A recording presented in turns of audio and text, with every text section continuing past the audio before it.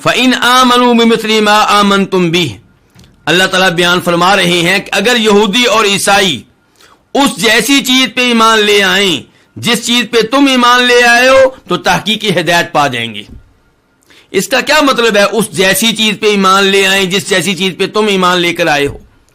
کئی علماء کرام کا موقف ہے کہ یہاں پہ لفظ مثل کو زید مانا جائے، کیونکہ اگر آپ یہ کہتے ہیں کہ اگر یہودی اور عیسائی اس جیسی چیز پہ ایمان لے آئیں جس جیسی چیز پہ تم ایمان لے کر آئے ہو تو اس سے عقیدے کی خرابی لازم آتی ہے۔ مسلمانوں کا ایمان کس چیز پہ ہے؟ اللہ تعالیٰ پہ۔ تو اللہ کی مثل کیا ہے پھر کہ اگر وہ ایمان لے آئیں اس جیسی چیز پہ جس پہ تم ایمان لے کر آئے ہو؟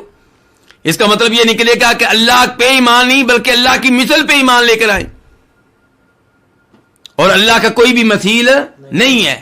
اگر وہ ایمان لے کر آئیں اس جیسی چیز پہ جس پہ تم ایمان لے کر آئے ہو، یعنی کہ اللہ کے رسول علیہ الصلوۃ والسلام پہ تمہارا ایمان ہے اور وہ اللہ کے رسول علیہ الصلوۃ والسلام کی مثل پہ ایمان لے کر آئیں، جبکہ اللہ کے رسول کا کوئی مثیل نہیں ہے صلی اللہ علیہ وسلم۔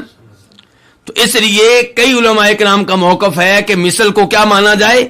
زید مانا جائے، اور کئی دیگر علماء کرام کی رائے یہ ہے کہ مثل کو زید نہ مانیں کیونکہ یہ اسم ہے، اور اسم کو زید قرار دینا یہ بہت بڑی بات ہے۔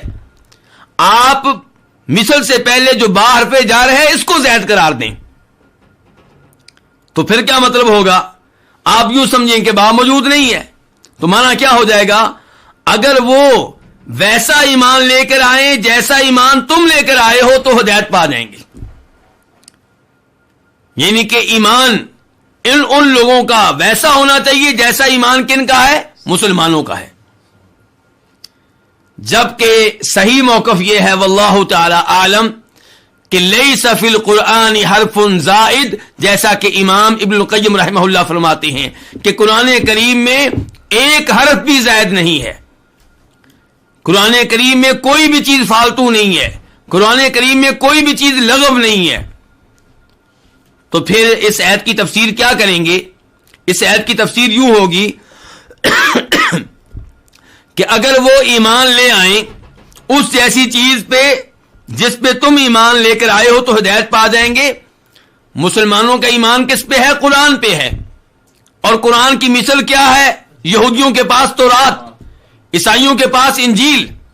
تو اگر وہ صحیح معنوں میں تورات و انجیل پہ ایمان لے آئیں تو ہدایت پا جائیں گے، کیونکہ تورات و انجیل میں انہیں نبی علیہ الصلوۃ والسلام کے بارے میں پیشین گوئیاں ملیں گی، آپ کے بارے میں خوشخبریاں ملیں گی۔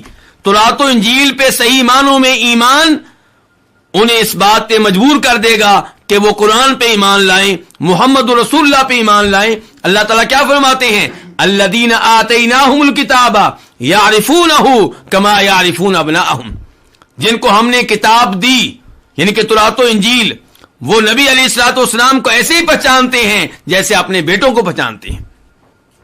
تو اس کا مطلب یہ ہے کہ تورات و انجیل پہ صحیح معنوں میں ایمان یہودیوں اور عیسائیوں کو کہاں تک پہنچا دے گا؟ اللہ کے رسول پہ ایمان لانے کی طرف پہنچا دے گا، قرآن پہ ایمان لانے کی طرف پہنچا دے گا۔ تو اس کا مطلب یہ ہے کہ فَإِنْ آمَنُوا، اگر وہ ایمان لے آئیں اس جیسی چیز پہ جس پہ تم ایمان لے کر آئے ہو فَقَدْ اهْتَدَوْا، تو یقیناً وہ ہدایت پا جائیں گے۔ ہدایت سے مراد کون سی ہدایت ہے؟ دونوں طرح کی ہدایت، ہدایت ارشاد بھی، ہدایت توفیق بھی، یعنی کہ ان کو صحیح راستہ معلوم بھی ہو جائے گا اور یہ چیز ان کے دلوں میں اتر جائے گی اور وہ ایمان قبول کر لیں گے۔